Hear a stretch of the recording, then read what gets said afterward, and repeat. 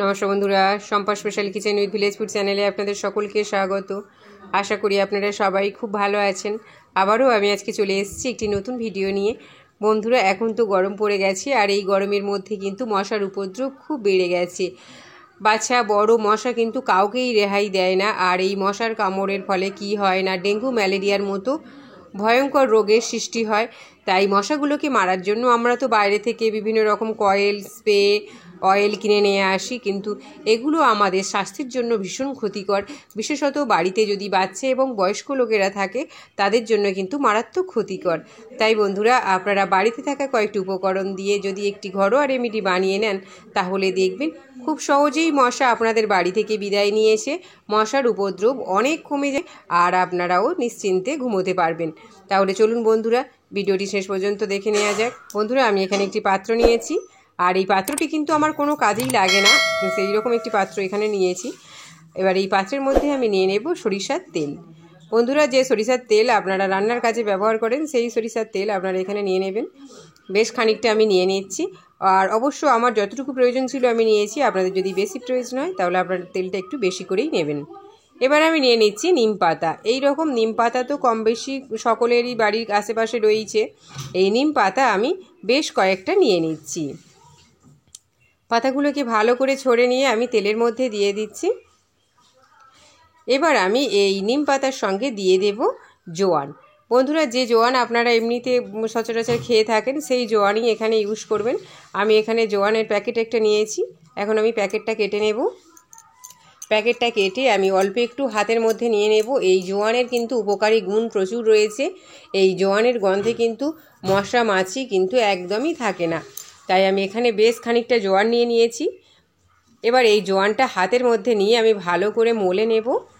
বন্ধুরা, এর আগে আমি নিম পাতার লিকুইডের একটি ভিডিও এই চ্যানেলেই দিয়েছিলাম। ওই লিকুইডটা কিন্তু ভীষণ কাজের, মশা তাড়ানোর জন্য কিন্তু ভীষণ উপযোগী। কারণ আমি নিজে ইউজ করে দেখেছি, খুব ভালো রেজাল্ট পেয়েছি। তাই আপনারাও চাইলে ভিডিওটি দেখে নিতে পারেন। জোয়ানটা আমার ভালো করে মলে নেওয়া হয়ে গেছে। জোয়ানটা আমি নিম পাতার মধ্যে দিয়ে দিলাম। সমস্ত উপকরণ ভালো করে চামচের সাহায্যে আমি মিশিয়ে নিচ্ছি তেলের সাথে। এইভাবে ভালো করে মিশিয়ে নেওয়ার পর কয়েক সেকেন্ড আমি গ্যাস ওভেনের মধ্যে এটাকে গরম করে নেব।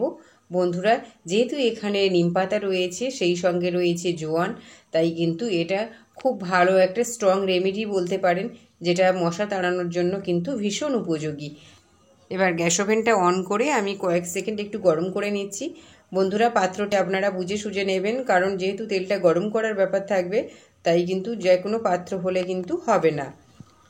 বন্ধুরা, এই নিম পাতা কিন্তু মশা একদমই সহ্য করতে পারে না। তাই কিন্তু নিম পাতার যেহেতু এখানে রয়েছে, তাই নিম পাতার যে একটা স্মেল রয়েছে, যার কারণে কিন্তু মশা একদমই আপনাদের বাড়িতে থাকবে না। এটা দেওয়ার সঙ্গে সঙ্গেই কিন্তু মশা আপনাদের বাড়ি থেকে বিদায় নেবে। তেলটা আমার একটু ফুটে গেছে। এবার তেলটাকে নামিয়ে আমি ঠান্ডা করে নেব। বন্ধুরা, ঠান্ডা করে নেওয়া হয়ে গেছে। এবার এই তেলটা নিয়ে আমি কিভাবে ইউজ করব, সেটা আমি আপনাদের এখনই দেখিয়ে দিচ্ছি। এখানে আমি একটি ছোট্ট হামনদিস্তা নিয়েছি, আর এখন আমি এটার মধ্যে একটি কর্পূর নিয়ে গুঁড়ো করে নেব।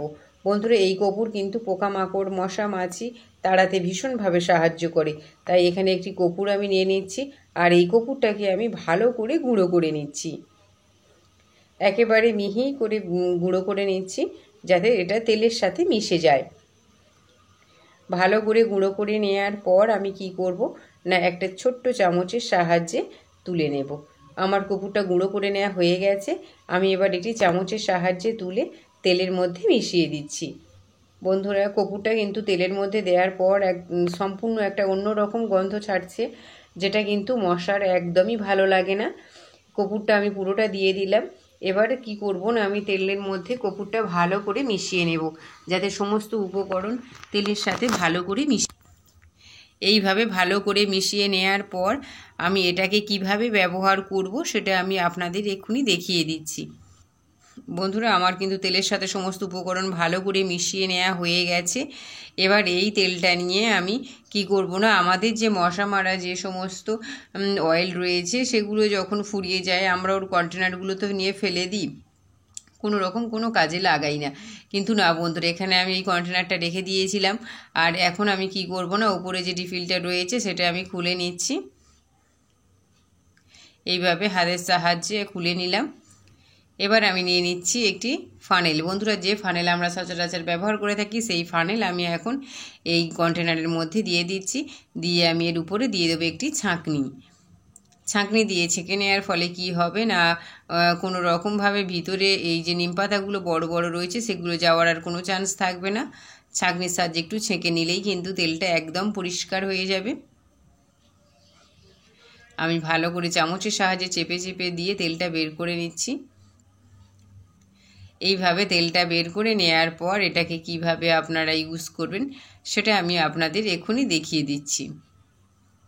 বন্ধুরা, আমার কিন্তু কন্টেনারের মধ্যে অয়েলটা ঢেলে নেওয়া হয়ে গেছে। আমি এবার রিফিলটাও পরিয়ে দিলাম। এবার এটাকে নিয়ে আমি সুইচ বোর্ডের মধ্যে লাগিয়ে দেব। যেহেতু এখানে নিমপাতা কর্পূর রয়েছে তাই কিন্তু এটা অসাধারণ কাজ করবে। আমি এই মেশিনটা নিয়ে এলাম আর এই মেশিনের মধ্যে আমি এখন এই কন্টেনারটা লাগিয়ে দিচ্ছি। কন্টেনারটা ভালো করে লাগিয়ে নিলাম যাতে কোনো রকমভাবে খুলে না যায়। এবার এটাকে আমি এখন সুইচ বোর্ডের মধ্যে লাগিয়ে দেব।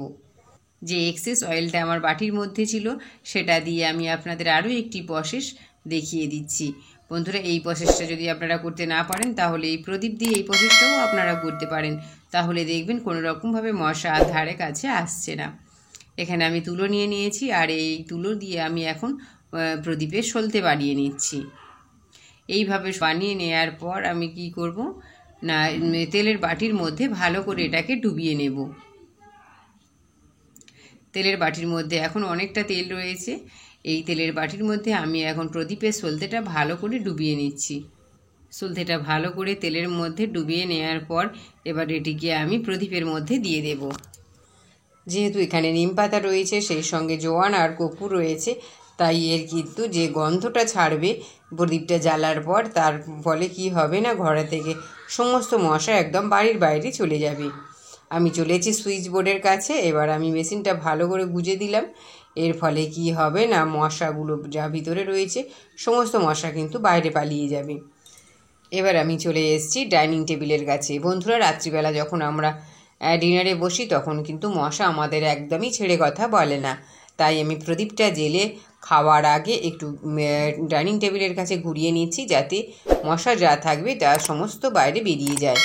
এই যে বাইরে জঙ্গল দেখছেন, এখান থেকে কিন্তু মশা আমাদের বাড়ির মধ্যে ঢুকে আসে।